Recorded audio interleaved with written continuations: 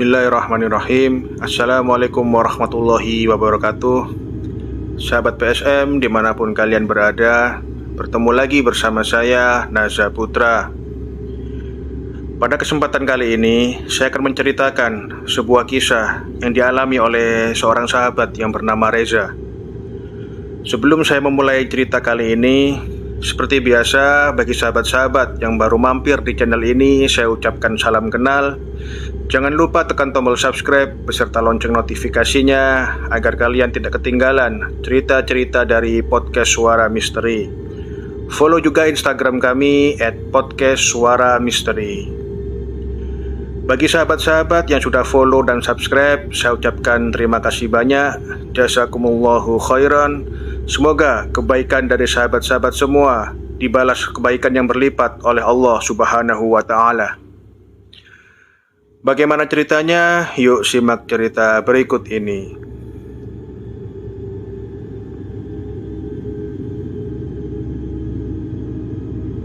Nah, untuk cerita kali ini dialami oleh seorang sahabat yang bernama Reza. Reza ini asalnya dari kota Surabaya, Jawa Timur. Jadi Reza ini menceritakan pengalaman yang dialami oleh ayahnya. Jadi pada waktu itu ayahnya Reza ini menjabat sebagai pimpinan di sebuah instansi, dan beliau selalu ditempatkan berpindah-pindah. Pernah waktu itu beliau ditempatkan di Timur-Timur sampai 8 tahun, pernah juga di luar pulau. Pokoknya beliau ini selalu berpindah-pindah. Dan di akhir masa jabatan beliau, akhirnya beliau dipindah tugaskan lagi di kota Kediri, Jawa Timur. Nah, kejadian ini terjadi di sekitaran tahun 2004. Seperti biasa, kalau ayahnya Reza ini pindah tugas, semua keluarga ini ikut. Nah, ada tradisi di instansi tersebut, ketika ada pemimpin instansi baru, digelarlah sebuah acara yang namanya pisah sambut. Nah, jadi waktu itu hari Jumat, setelah sholat Jumat mereka ini berangkat. Jadi ayah ibunya Reza ini menggunakan mobil, dan Reza sama adik laki-lakinya yang biasa dipanggil Sinyo oleh Reza menggunakan mobil yang satunya. Jadi mereka iring-iringan. Mereka berangkat, beberapa barang ini dibawa karena ayahnya Reza ini akan menetap di Kediri sekitaran 4,5 tahun lamanya sebelum masa pensiun. Jadi hari itu mereka mengantar ayahnya menuju ke Kediri. Nah, singkat cerita, setelah sampai di Kediri, mereka nggak langsung menuju ke rumah dinas. Mereka langsung check-in di sebuah hotel. Dan malam harinya ada acara pisah sambut tersebut. Singkat cerita, check-inlah mereka di hotel tersebut. Dan malam harinya mereka mengikuti acara pisah sambut tersebut. Sekalian pimpinan yang sebelumnya sudah tidak menjabat lagi memperkenalkan keluarganya. Begitupun ayahnya Reza, beliau pun mengenalkan keluarganya juga. Nah, setelah acaranya selesai, mereka bermalam di hotel tersebut, dan keesokan harinya barulah mereka menuju ke rumah dinas tersebut. Nah, sepanjang perjalanan ini, ayahnya Reza sempat cerita ke anak-anaknya dan juga ibunya Reza bahwasannya rumah dinas ini sudah lama nggak ditempati. Ada sekitaran 6 tahun rumah dinas ini nggak ditempati karena pimpinan yang sebelumnya ini takut karena rumah ini dianggap angker. Nah, karena berita itu, ayahnya Reza ini sempat ditawari oleh para karyawannya. Beliau ditawari untuk mengontrak di rumah lain saja dan gak menempati rumah dinas tersebut, karena rumah dinas ini memang angker dan banyak sekali gangguan di sana. Tapi ayahnya Reza ini sempat menolak karena beliau gak mau uang perusahaan ini dihambur-hamburkan untuk keperluan lain. Beliau lebih memilih untuk menempati rumah dinas itu. Dan setelah mereka sampai di rumah dinas itu, dan ternyata memang benar, rumah dinas ini ukurannya besar sekali dan kelihatan sekali kalau bangunan lama. Masuklah mereka ke rumah dinas itu. Mereka disambut oleh sepasang suami istri, yang laki-laki namanya Mas Adi, yang perempuan namanya Mbak Wati. Mereka lah yang bertugas mengurusi rumah dinas itu. Jadi mereka nggak tinggal di rumah induk tersebut. Mereka tinggal di sebelah rumah itu. Ada bangunan kecil seperti pavilion. Jadi Mas Adi dan istrinya tinggal di sana. Nah, ketika Reza dan keluarganya ini datang, Mas Adi sempat menjelaskan, "Bapak, maaf karena bangunan ini seperti yang Bapak ketahui, bangunan ini sudah lama nggak ditempati, Pak. Sudah sekitar 6 tahunan lebih. Jadi dari kemarin saya dan istri coba membersihkan segala sesuatunya, dan memang ada beberapa hal yang belum beres, terutama ex-house yang ada di kamar 1 itu, di kamar depan, belum bisa nyala. Saya sudah mengajukan pengajuan tapi belum di-ACC oleh pihak Surabaya." Waktu itu bapaknya Reza yang bernama Pak Tri ini bilang, "Oh ya sudah, nggak apa-apa lah.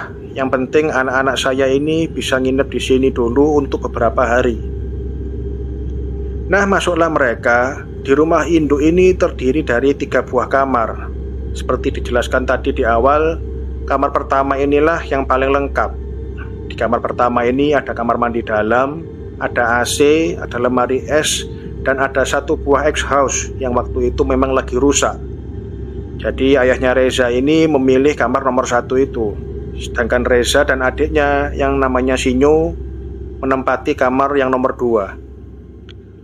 Karena Reza sendiri berpikir mereka nggak akan lama tinggal di rumah ini, cuma 2-3 hari mereka di sini.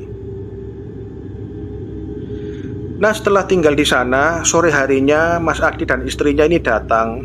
Mereka mengajak ngobrol, dan waktu itu Mbak Wati, istrinya Mas Adi ini membuatkan mereka pisang goreng dan goreng-gorengan yang lain. Jadi mereka ini ngobrol. Dan gak kerasa waktu itu sampai jam 10 malam mereka ngobrol. Jadi termasuk ayah dan juga ibunya Reza. Jam 10 malam ayahnya Reza ini pamit untuk tidur karena besoknya beliau masih ada acara lagi. Setelah ayahnya Reza ini pamit tidur, Reza ini bilang ke Mas Adi dan juga Sinyo adiknya, "Ayo kita pindah ke teras saja yuk." Karena mereka semua ini adalah perokok, jadi mereka semua pindah. Dan setelah mereka pindah, mereka melanjutkan ngobrol. Nah, dari sinilah Reza tahu ternyata rumah dinas ini memang sudah lama nggak ditempati. Karena pimpinan yang sebelumnya itu mengaku banyak sekali gangguan-gangguan yang dialami. Dan gangguan-gangguan itu seringkali nggak wajar, sampai membuat pimpinan yang sebelumnya ini nggak mau tinggal di situ. Dan terpaksa beliau ngontrak rumah yang jauh dari situ. Nah, ketika ayahnya Reza ini menempati rumah ini, Mas Adi yang selalu menjaga rumah dinas ini berpesan kepada Reza, "Nanti Mas, kalau memang ada kejadian apa-apa, diabaikan sajalah. Namanya rumah ini sudah lama nggak ditempatin. Selain itu, rumah ini juga terkenal angker gitulah Mas." Nah, akhirnya Reza ini tanya, "Itu di sebelah itu apa ya Mas?" "Oh, di sebelah itu pabrik roti Mas. Jadi tepat di samping rumah dinas itu ada sebuah pabrik roti yang juga lumayan sudah tua. Nah, di pabrik roti ini ketika malam hari banyak karyawan yang kerja, karena pagi harinya roti harus dikirim ke toko-toko. Nah, waktu itu sekitaran jam setengah 12 malam, waktu Mas Adi, Reza dan adiknya itu ngobrol-ngobrol, ternyata ayahnya Reza ini bangun. Terdengar suara pintu terbuka, grek. Ayahnya Reza ini keluar dan langsung tanya ke Mas Adi, "Loh Mas, ex-house itu katanya rusak, ternyata kok sekarang nyala sendiri ya?" Nah, dari situ Mas Adi ini langsung kaget. "Enggak Pak, itu memang rusak. Coba sampean lihat sendiri." Ayahnya Reza ini ngomong seperti itu, dan Mas Adi ini langsung menuju ke kamar ayahnya Reza. Ternyata ex-house itu memang nyala sendiri. Ceritalah ayahnya Reza, jadi pas beliau ini sudah tidur, di tengah malam sekitaran jam setengah 12, beliau dengar ada yang narik tali ex-house, dan itu jelas sekali terdengar oleh ayahnya Reza. Begitu beliau ini ngelihat, ternyata ex-house itu sudah nyala. Nah, disitulah beliau ini bertanya-tanya, "Tadi kata Mas Adi ex-house ini rusak, tapi kok ini bisa nyala?" Dan beliau tadi dengar ada yang narik tali ex-house ini. Siapa yang nyalain? Disitulah ayahnya Reza ini tanya ke Mas Adi. Dan Mas Adi pun menjelaskan sekali lagi, "Seperti yang saya katakan tadi Pak, ex-house ini memang rusak. Dan kami sudah melakukan pengajuan ke Surabaya dan pihak Surabaya ini belum ACC. Oh ya sudah kalau gitu, sudah nggak usah terlalu dipikir. Jadi ayahnya Reza ini ngomong seperti itu dan beliau pun melanjutkan tidur. Dan Mas Adi melanjutkan ngobrol bersama Reza dan juga adiknya.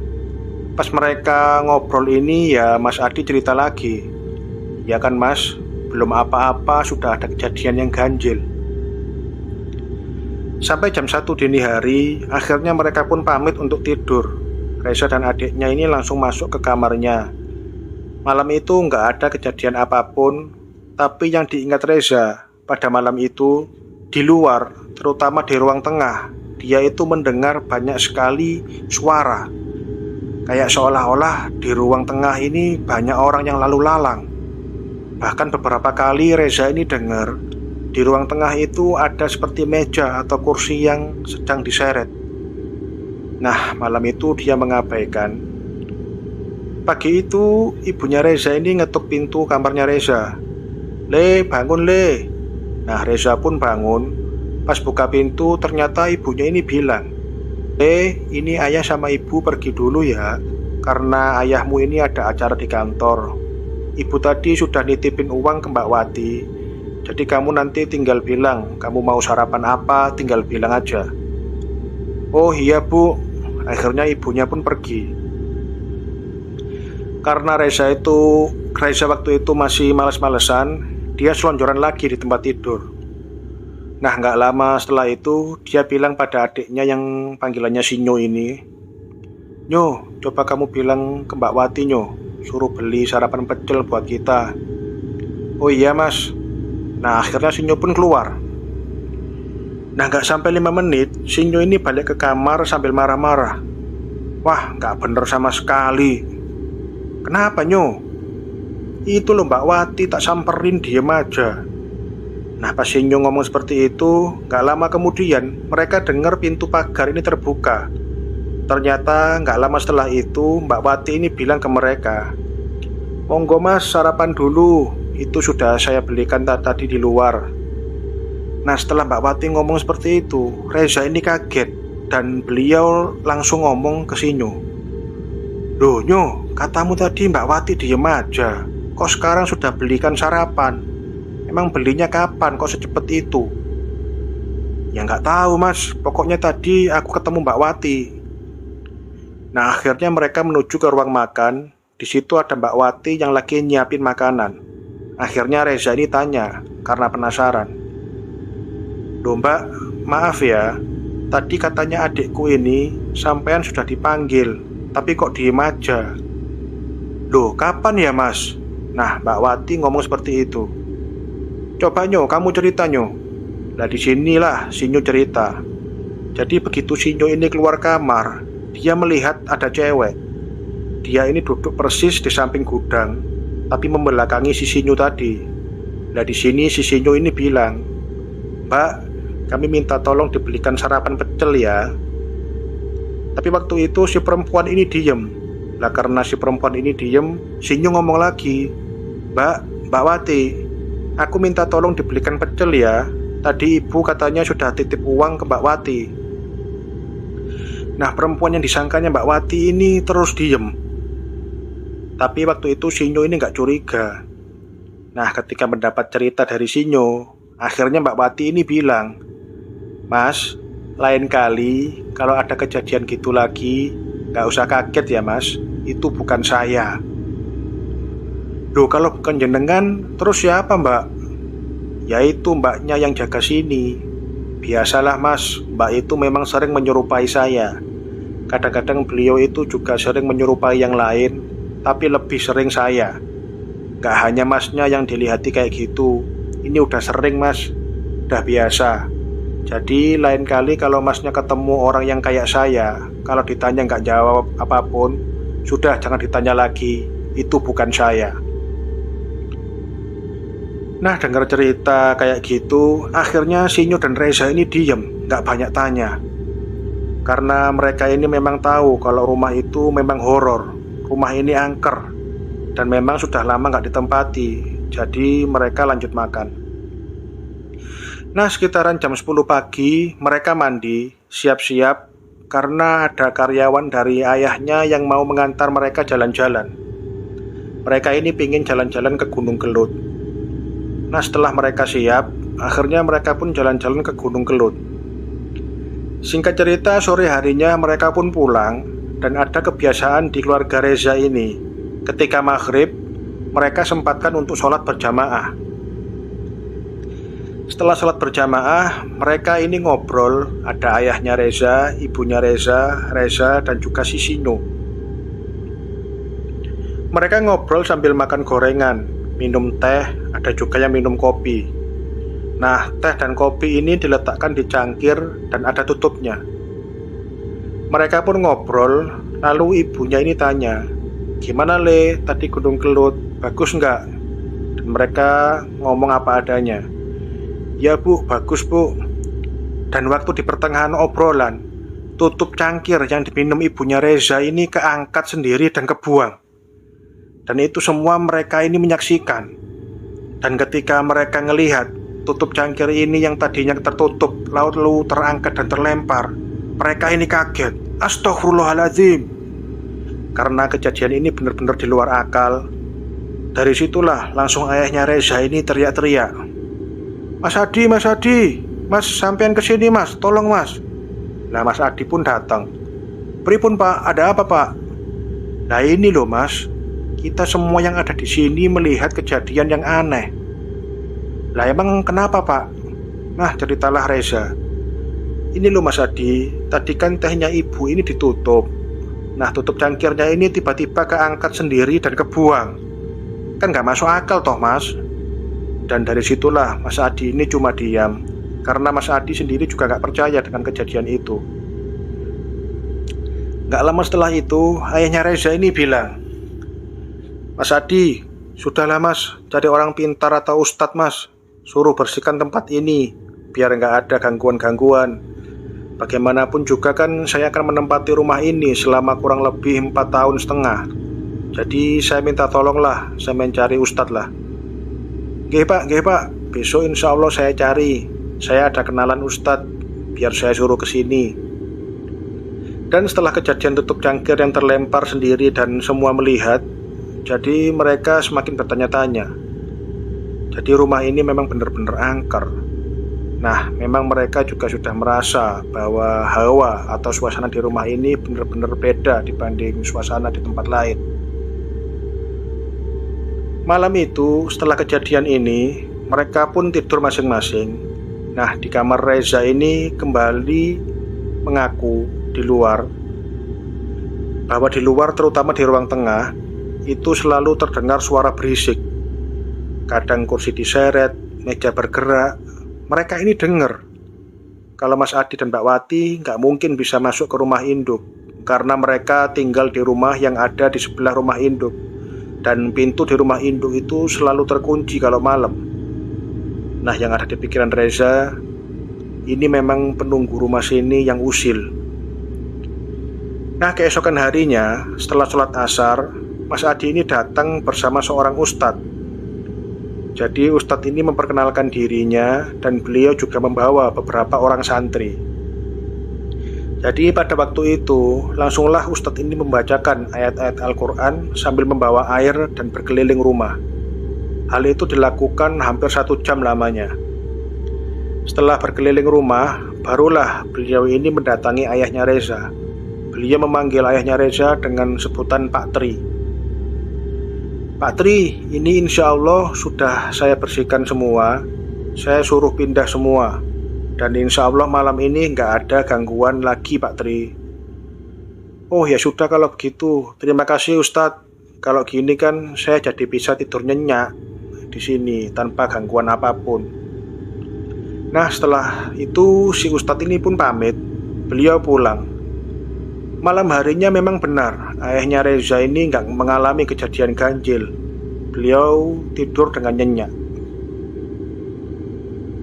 Nah, sekitaran jam 3 dini hari, ayahnya Reza ini dibangunkan oleh Mas Adi. Dan ayahnya Reza ini bangun. "Loh, kenapa Mas Adi? Jam segini kok bangunin?" "Ini Pak, di sebelah itu di pabrik roti ada kesurupan massal, Pak. Loh iya ta, Mas? Iya, Pak. Mas Adi ini berkesimpulan, mungkin karena penghuni yang ada di sini sudah diusir tadi sore, jadi mereka marah dan menyerang ke orang lain. Dan kebetulan bangunan yang berdekatan dengan rumah dinas ini adalah pabrik roti itu. Pada waktu itu para karyawan ini lagi kerja. Tiba-tiba satu orang itu kesurupan. Dan pas satu orang itu kesurupan, tiba-tiba yang lain juga ikut kesurupan. Jadi Mas Adi ini berkesimpulan seperti itu. Nah, setelah mendengar penjelasan dari Mas Adi, Pak Tri, ayahnya Reza ini bilang, "Ya udah Mas, kalau gitu besok Pak Ustadznya itu suruh kesini lagi aja. Saya mau ngomong."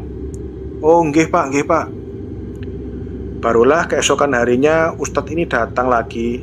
Dia cerita lagi dan ayahnya Reza ini bilang, "Pak Ustadz, mungkin penghuni yang ada di sini ini marah karena sudah jenengan usir kemarin. Ya udah gini aja Pak Ustadz, daripada nanti ganggu yang lain, ya udah biarin mereka tinggal di sini aja." "Oh ya udah Pak, kalau begitu saya nanti coba berinteraksi dengan penghuni yang ada di sini." Nah, karena keesokan harinya Reza, adiknya, dan ibunya ini harus kembali ke Surabaya, jadi mereka ini mulai siap-siap. Malam itu mereka tidur seperti biasa, begitupun juga Reza. Malam itu nggak ada kejadian apapun, tapi lagi-lagi Reza ini mendengar di ruang tengah itu ramai sekali. Banyak suara orang seperti mondar-mandir, dan kursi itu sesekali ditarik. Seolah-olah ada seseorang di ruang tengah itu. Nah, itu diabaikan oleh Reza. Pagi harinya, ketika mereka bersiap mau pulang ke Surabaya, Reza ini berkemas-kemas. Dan waktu itu ada kebiasaan dari Reza ini, ketika dia buang air besar, dia ini sambil merokok. Di kamar mandi ini ukurannya besar sekali dan ada bathtub di sana. Reza ini sengaja sambil duduk santai buang air besar sambil merokok. Dan gak lama setelah itu, dia dengar ada suara seperti keran air diputar. Kriek. Suara itu jelas sekali karena Reza ini mengaku begitu tiba di rumah dinas itu, keran yang ada di bathtub ini gak pernah diputar sama sekali sama si Reza. Jadi artinya keran ini sudah sekitar 6 tahun gak diputar. Jadi jelas keran ini sudah berkarat. Tapi waktu itu Reza ini mendengar suara keran air itu seperti diputar. Suaranya jelas banget. Kriek. Jelas sekali seperti bergesekan dan menimbulkan suara yang keras. Gak lama setelah itu air ini keluar. Cus. Dari situlah Reza ini sudah ngerasa aneh. Begitu Reza ini noleh, ternyata benar. Keran air ini sudah terbuka dan air sudah menyala sendiri. Nah, dengan santainya Reza ini mematikan keran air tersebut. Dia pun melanjutkan lagi buang air besar. Nah, singkat cerita, Reza pun berpamitan pada ayahnya. Reza pun sempat bilang ke ayahnya, "Yah, nanti kan ayah sendirian di sini. Terus gimana?" "Ya sudah, nggak apa-apa. Nanti ayah suruh karyawan ayah biar tidur di sini nemenin ayah." Akhirnya ayahnya ini bilang, "Sudah kamu pulang, besok kan kamu kerja, adikmu juga kuliah, ibumu juga harus dinas." "Iya ya, kami pamit dulu ya." Dan pamitlah mereka. Dalam perjalanan pulang ke Surabaya, Reza ini juga mengkhawatirkan ayahnya, karena Reza tahu sendiri rumah ini banyak sekali gangguan. Nah, singkat cerita, ketika sampai di Surabaya, ternyata ayahnya Reza ini selama dinas di sana banyak sekali gangguan-gangguan yang dialami. Dan itu beberapa kali diceritakan pada Reza dan juga ibunya. Jadi suatu malam, ketika selesai rapat sampai malam hari, ayahnya Reza ini pulang. Karena beliau tinggal sendiri di rumah dinas itu, beliau buka pintu seperti biasa dan langsung masuk ke kamar tidur. Dan tiba-tiba ada yang ngetuk kamarnya. Karena ayahnya Reza ini yakin gak mungkin Mas Adi ini ngetuk kamarnya, karena rumah induk ini selalu terkunci. Nah, disitulah ayahnya Reza ini yakin ini bukan manusia. Disitulah ayahnya Reza ini bilang, Udah ya, jangan ganggu. Aku capek. Besok aku kerja. Udah, jangan ganggu. Nah, setelah ayahnya Reza ngomong seperti itu, gak ada lagi gangguan ketukan itu. Nah, beberapa hari kemudian, kalau ayahnya Reza ini pulang malam, selalu ada gangguan-gangguan yang dialami. Dari situ ayahnya Reza ini mencoba berdamai dengan penghuni yang ada di sana, dan beliau pun membiasakan diri. Singkat cerita, sampai 4,5 tahun kemudian ayahnya tinggal di rumah dinas itu dan banyak mengalami kejadian yang ganjil. Akhirnya singkat cerita, tibalah masa pensiun itu. Reza, ibu, dan juga adiknya ini menuju ke Kediri untuk membantu membereskan barang-barang ayahnya. Begitu sampai di Kediri, Reza ini tanya-tanya lagi sama ayahnya. Gimana ya, kok bisa kerasan tinggal di sini? 4 tahun lebih loh. Padahal kami yang tinggal beberapa hari saja sudah gak kerasan. Sekali lagi ayahnya Reza ini cuma bilang, ya gimana lagi, mau gak mau, ayah juga harus memaksakan diri. Ayah akhirnya terbiasa juga untuk tinggal di sini. Nah, singkat cerita, barang-barang ayahnya pun dimasukkan ke mobil. Ayah dan ibunya Reza naik mobil yang satu, Reza dan adiknya naik mobil yang kedua, karena mereka harus membawa barang-barang bawaan dari ayahnya. Setelah mereka berpamitan dengan Mas Adi dan juga istrinya, mereka pun akhirnya pulang menuju ke Surabaya. Gak ada kejadian yang ganjil awalnya, tapi sebelum keluar dari kota Kediri, mobil ayahnya ini mogok. Padahal Reza ini tahu, semuanya tahu, kalau mobil ayahnya ini baru berusia 3 tahun. Masih terbilang baru dan belum pernah mengalami mogok sekalipun. Waktu itu gak tahu kenapa mobil itu mogok dan berhenti di pinggir jalan. Akhirnya setelah menelpon pihak bengkel pun datang dan mengecek. Setelah dicek, pihak bengkel ini juga heran.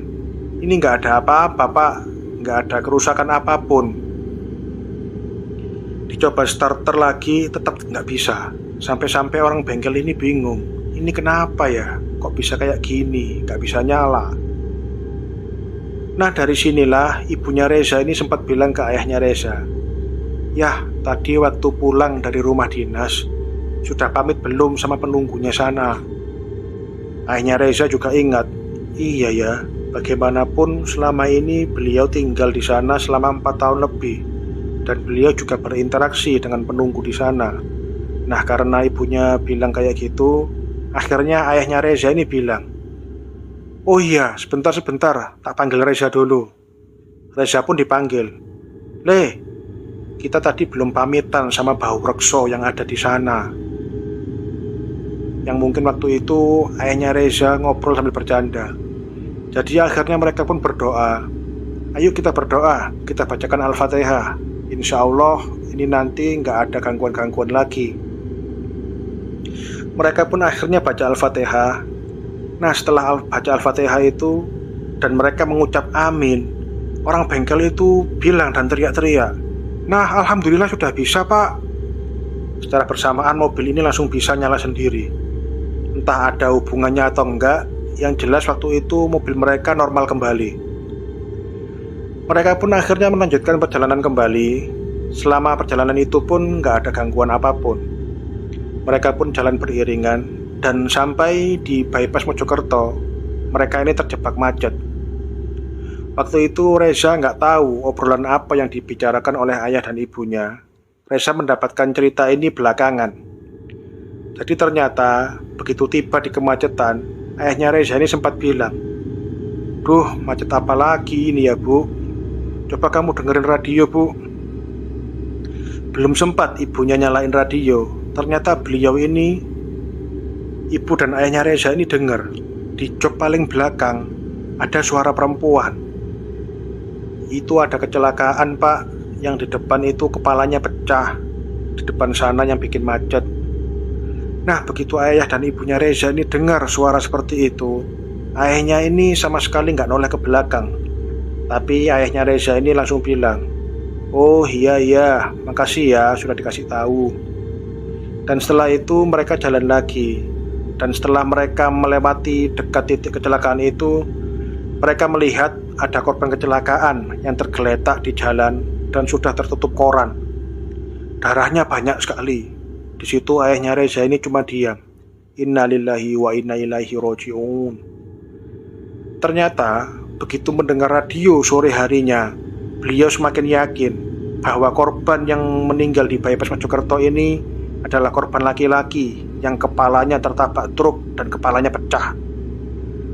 Nah, disitulah yang membuat ayah dan ibunya Reza ini heran. Pas tiba di kemacetan dan ayahnya bertanya seperti itu, langsung ada suara perempuan dan menjawab persis apa yang terjadi di kecelakaan tersebut. Nah, dari situlah ayahnya Reza sempat bilang ke ibunya, "Lah iya bu, kita ini pulang ke Surabaya, dia ini masih ngikut sampai Surabaya." Ya sudahlah pak. Dari situ ayahnya Reza ini ngebatin sekali lagi, "Ya sudah, kalau kamu mau ikut main ke rumahku, gak apa-apa. Nanti jangan lupa kamu balik ke rumah sana. Jangan ikut-ikutan terus ke sini. Bagaimanapun aku, istri dan anak-anakku ini gak nyaman."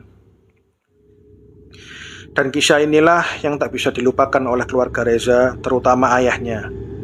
Dan mereka masih heran kenapa ayahnya Reza ini betah sampai 4 tahun tinggal di sana, yang dimana pemimpin sebelumnya ini gak berani tinggal di sana. Nah, cerita inilah yang dialami oleh ayahnya Reza. Semoga cerita ini bisa diambil hikmah dan pelajaran oleh sahabat-sahabat semua. Bagi sahabat-sahabat yang mempunyai cerita atau pengalaman horor dan ingin diceritakan di podcast Suara Misteri, silakan kirim cerita kalian ke alamat email podcastsuaramisteri@gmail.com. Saya sangat berterima kasih kepada Reza yang telah memberikan izin ceritanya untuk saya ceritakan di podcast Suara Misteri. Mohon maaf kalau ada salah-salah kata. Wassalamualaikum warahmatullahi wabarakatuh.